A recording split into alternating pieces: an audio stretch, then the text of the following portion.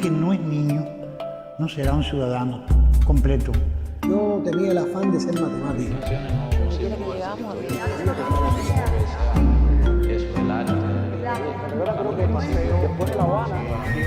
¿Es algo parecido a haber conocido a José Martí? Yo pienso que sí, que más. Y decidí reescribir todos los textos que yo había escrito. Y eso creo que lo voy a extrañar si algún día no estoy en Santa Clara. Me parece muy cómoda la ciudad. Y que nos tomábamos nuestra libertad, pero era para crear. Dar las clases como yo hubiese querido que me las dieran. Buenos días, buenas tardes, buenas noches. Cualquier hora es propicia para conversar con un amigo. La conversación pues nos acerca a las personas y a sus saberes. Y más que eso nos propicia la posibilidad. Te he dicho otras veces que La calle de los oficios a mí me parece el muestrario humano más abarcador e interesante que yo haya leído. Y me gustaría saber si esos personajes fueron apareciendo casualmente en tu vida o si tú saliste a buscarlos para armar el libro. Pasaron las dos cosas, Arístide. Ese libro fue naciendo en la época en que yo era editor de la revista Signo. Entonces hay un par de trabajos que no se escribieron para el libro, sino simplemente para la revista. Y luego fue que me vino la idea de que si en Santa Clara había dado con dos personajes como eso, seguramente existirían muchos otros personajes con historias interesantes que contar, y entonces salí a buscar el resto. ¿Has pensado en una reedición, en ampliar incluso con esos otros personajes que quedaron fuera? Bueno, ya se hizo una reedición y es posible que aparezca una tercera edición, pero estamos hablando básicamente del mismo libro. Mi amigo Luis Cabrera me aconsejó que no lo tocara, que si quiero entrevistar a otras personas que lo haga para otro libro, pero ya La calle de los oficios es eso. Yo creo que Luis tiene razón. Son esos los habitantes de la calle de los oficios. Al menos de esa. Al menos de esa calle de los oficios. Buenos días, buenas tardes, buenas noches. Cualquier hora es muy buena para conversar con un amigo. La conversación nos acerca a las personas y a sus saberes. Y nos permite sobre todo demostrar cariño, agradecimiento, reverencial a los amigos. Y es todo lo que yo estoy haciendo en este momento con mi amigo Yamil Díaz, escritor, periodista, ensayista, editor y muchas otras cosas más de las cuales vamos a estar hablando.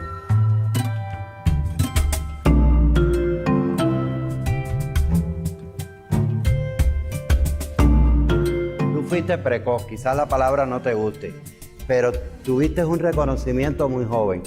De hecho, ganaste el premio de la ciudad cuando tenías apenas 21 años. La primera vez que ganas el premio, después lo has ganado. Yo te pregunto, ¿cuándo fue la primera vez que escribiste un poema, si es que tienes ese recuerdo? ¿Y cuál fue el proceso de esa escritura primera y el tú darte cuenta que era el oficio que querías hacer, que podías enseñar, mostrar, que tenías necesidad de compartir esos textos? En septiembre de 1983 yo empecé a estudiar en la secundaria y me enamoré perdidamente de una compañerita de aula, y por culpa de ella o gracias a ella comencé a escribir unos poemas de amor que eran unas imitaciones muy mal disimuladas de las rimas de Gustavo Adolfo Bécquer. Muchas veces he dicho que tengo que agradecerle que una vez que dejé de sentirme enamorado de ella, sí seguí enamorado de la poesía, seguí enamorado de la literatura. Probablemente si no llegué a ser por esa muchacha, jamás se me hubiese ocurrido escribir. ¿Qué edad tenías cuando eso? Tenía 12 años. 12 años. ¿Y cuándo fue que esa escritura hecha para esa muchacha se convirtió en una escritura para compartir? Bueno, no tengo una clara conciencia del momento. Yo seguí escribiendo. Al cabo de algunos años me acerqué a algunos escritores. Recuerdo a Leoncio Yanes, fue el primer escritor a quien me acerqué, le enseñé mis versos. En aquel momento había empezado a escribir décimas y entonces Leoncio me dio algunos consejos que le tengo que agradecer toda la vida, pero pero demoré unos años más en empezar a presentarme a algún concurso, algún taller literario.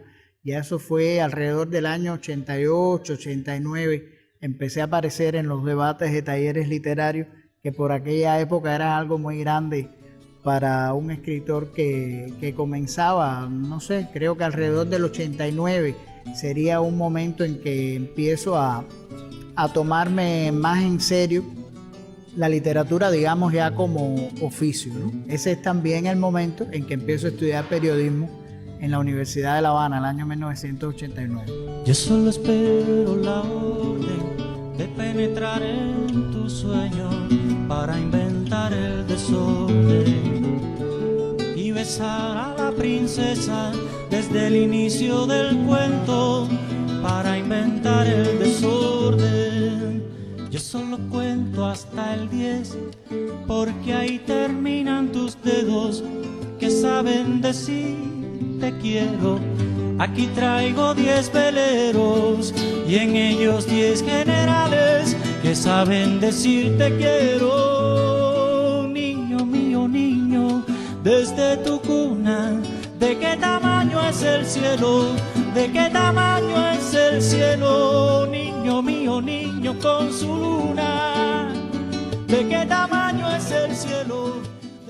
Estudias periodismo y eres un periodista a tener en cuenta. O sea, tus libros de periodismo yo creo que son puntos de referente para todo el que quiera hacer un periodismo inteligente. Sin embargo, nunca has ejercido el periodismo desde un medio. ¿Ha sido esto porque te lo has propuesto, porque no se te dio la posibilidad, porque lo que te brindaron en este sentido no te convenía?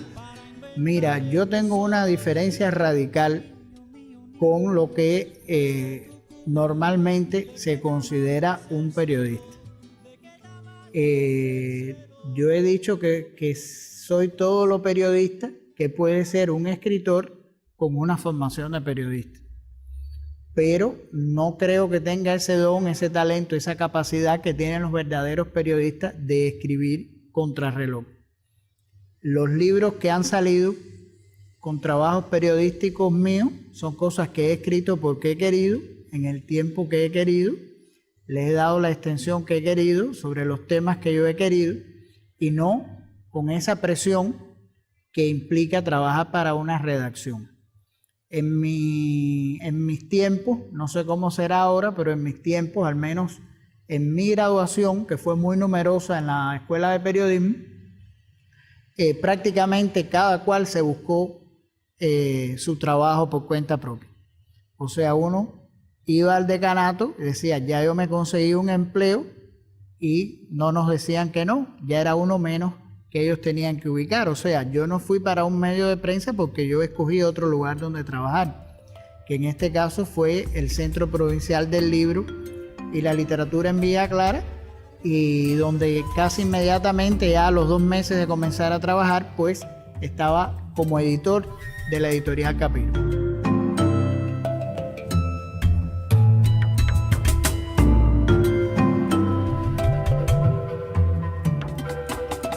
Ya mira, ese es otro oficio que tú has sostenido, el de edición.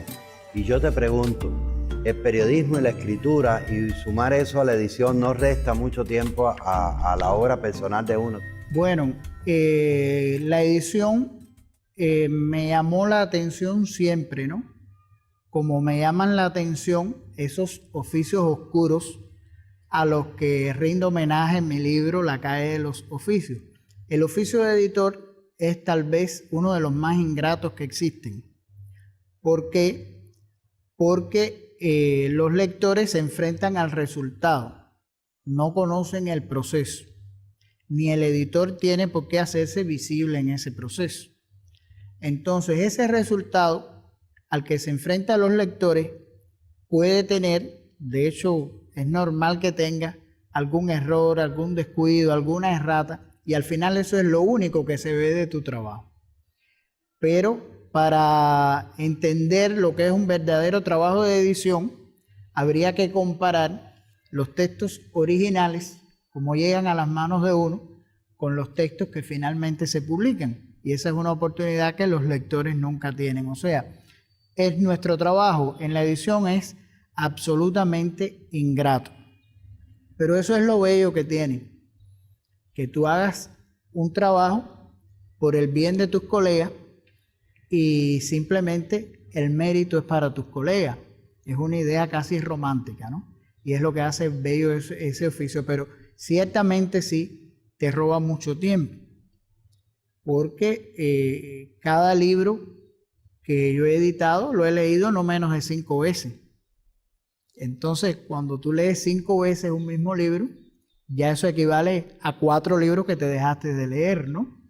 Y entonces el trabajo de editor te obliga a estar constantemente leyendo lo que estás obligado a leer y a veces no puedes leer lo que tú quisieras leer porque es mucho el tiempo que te consume. Pero creo que a la vez te da oficio para la literatura porque te ayuda a mirar un poco el hecho literario desde los ojos de los demás.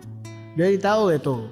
Lo mismo en libros que en otras publicaciones, en publicaciones periódicas donde he trabajado también. Y bueno, no me arrepiento de haber escogido este oficio. Y tú, mi novia primera, casi alondra, casi beso, que inundaba mi regreso, sin sospecharlo siquiera, sin sospecharlo siquiera. Tu risa de entonces era casi anuncio de un convite, y tu imagen se repite caminando sobre el mar, caminando sobre el mar, para volver a sacar al amor de su escondite,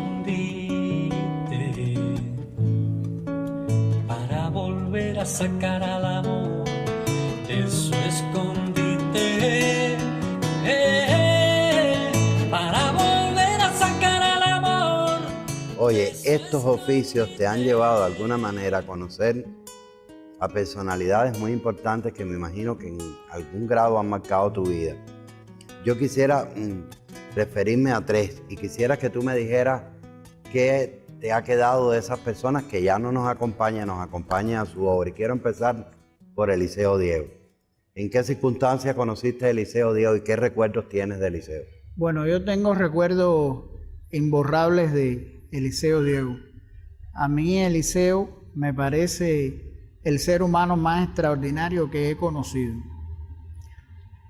Porque generalmente cuando tú trabas amistad con una personalidad, de lo primero que te das cuenta es de que a fin de cuentas es una persona normal como otro cualquiera, ¿no?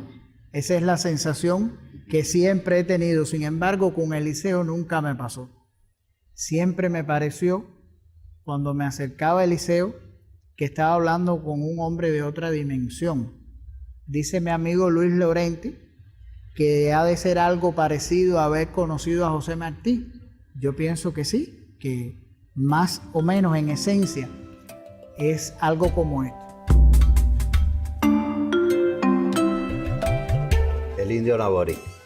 El indio Naborí es una persona con muchas más aristas de las que pudiera parecer a primera vista, ¿no? A veces los medios dan una imagen muy plana, muy llana, de una persona que no es ni llana, ni plana, ni nada por el estilo. Yo tuve con Naborí conversaciones que me sorprendieron mucho, anécdotas que me contó, algunas cosas que no eran para poner en una entrevista y que debo respetar y no revelarlas ahora tampoco, pero que me daban otra persona mucho más diversa de la que originalmente me había imaginado que era.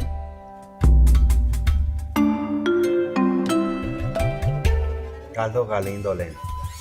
Bueno, Carlos Galindo Lena es una especie de maestro indiscutible o de Dios tutelar para todos los que empezamos a escribir poesía en esta región del país a partir de digamos, de los años 80. Tiene algo que lo hace inolvidable para nosotros, que es la calidad de su conversación. Se ha discutido si Galindo es o no un poeta coloquial, porque él es evidentemente un raro dentro de su generación, que era puro coloquialismo, y él rompió un poco con las normas expresivas de esa generación. Pero hay algo que se olvida, según ya he puesto por escrito, es que la conversación de Carlos Galindo Lena no se parecía a la conversación del común de los hombres, y su poesía sí se parecía a su conversación. O sea, de cierta manera él es un coloquialista, pero de otra altura.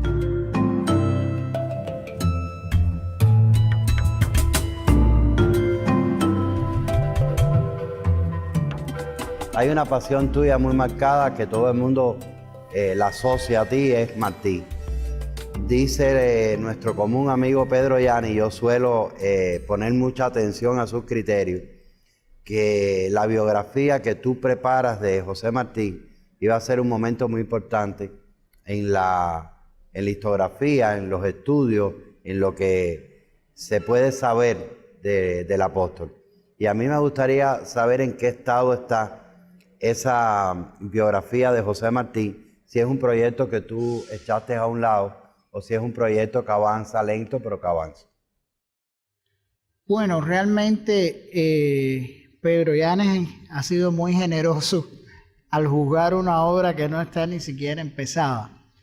¿Qué me ha pasado con este proyecto?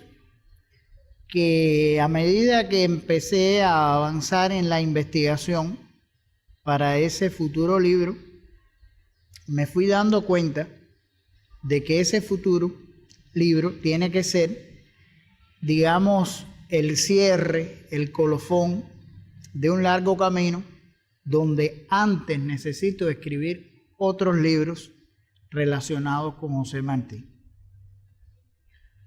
Por ejemplo, eso incluye un libro sobre la vida amorosa de Martí. Eso incluye una cronología más completa que las que existen hasta el momento. Ya me da pena cuando me preguntan por la biografía, porque el proyecto de la biografía recibió el premio Razón de Ser hace más de 10 años. Ya era hora de que no, pero un proyecto como ese todo el mundo entiende que lleva tiempo. En librerías, pero yo creo también que necesitaba madurar yo mismo como persona para que esos libros lleguen a ser lo que yo quisiera que sean. Me parece que ahora estoy en mucho mejor momento de proponerme terminar esos libros que en el momento en que realmente los concebí. Última carta de Cyrano de Bergerac. Tus manos que sigilosas tejen, Roxana, mi suerte, laten igual que la muerte dentro de todas las cosas. Callo mi amor y te posas en mi hombro derruido. Callo mi amor y he sonido tu esplendor que me lacera como si la muerte fuera no más que un leve zumbido. Qué improvisado estandarte para del tiempo cubrirte, qué lluvia para dormirte, qué sol para no quemarte. Saberte, asirte, añorarte, trabalenguas de lo inerte, qué voz para detenerte cuando vencida te apartas, si al final todas las cartas van a manos de la muerte. Palabras como el invierno retornan a tu balcón, son hermosas porque son escritas desde el averno, son el adiós sempiterno, muerte, detén tu fluir, porque lo triste no es ir donde tu verbo retumba, sino llevarse a la tumba tantas cosas por decir. Oye, hay toda una tesis de que María Mantilla fue hija de José Martí. Tú mismo fuiste editor de un libro que a mí me conmovió. Me conmovió desde la cubierta del libro, esa foto antológica de Martí pasándole por la cintura el brazo a María Mantilla, que tú fuiste editor de la importante historiadora Nidia Saravia. Yo quiero preguntarte por qué hay tanta temor a estos temas, por qué se pone tanto freno a estos temas que yo pienso que son importantes en la vida de Martí, que por tanto pertenecen a ese patrimonio afectivo de alguien como Martí, que es el Martí de todos. ¿Por qué con Martí específicamente Bueno, ha habido tanta timidez a la hora de afrontar estas cosas? me estás preguntando algo que yo quisiera que alguien me respondiera también. ¿Por qué?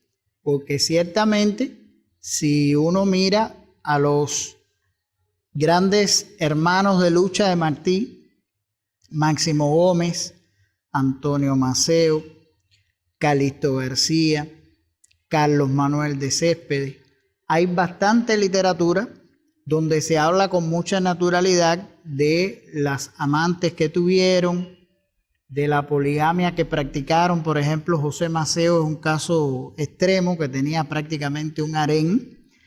Se habla con mucha naturalidad de los hijos que tuvieron fuera de matrimonio y sin embargo nadie se sonroja por eso.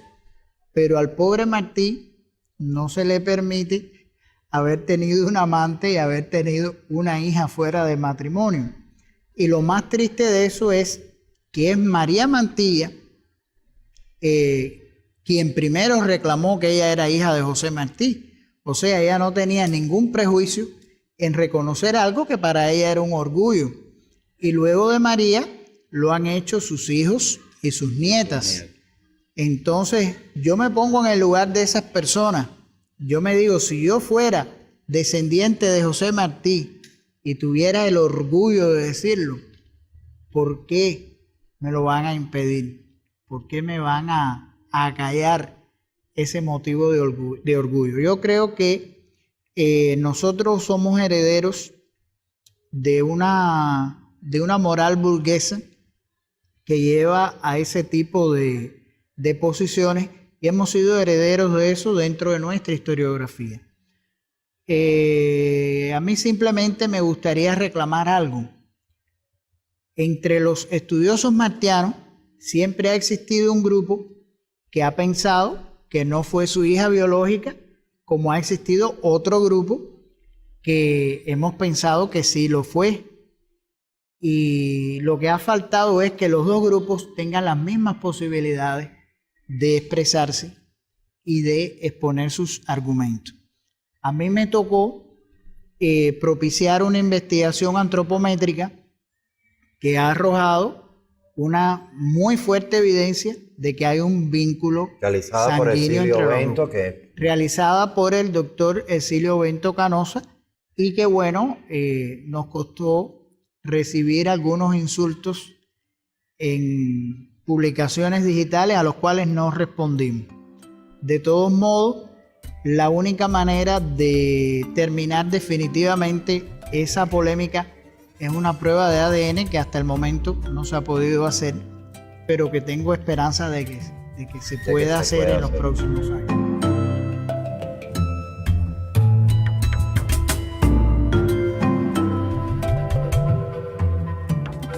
Yamil, tú estudiaste periodismo en La Habana. Cuando tú fuiste estudiante no había periodismo en la Universidad Central como ahora. Y has viajado, has tenido la suerte de viajar, incluso has ido a lugares que has sabido conmovernos a nosotros, los que no hemos ido, a través de tus crónicas.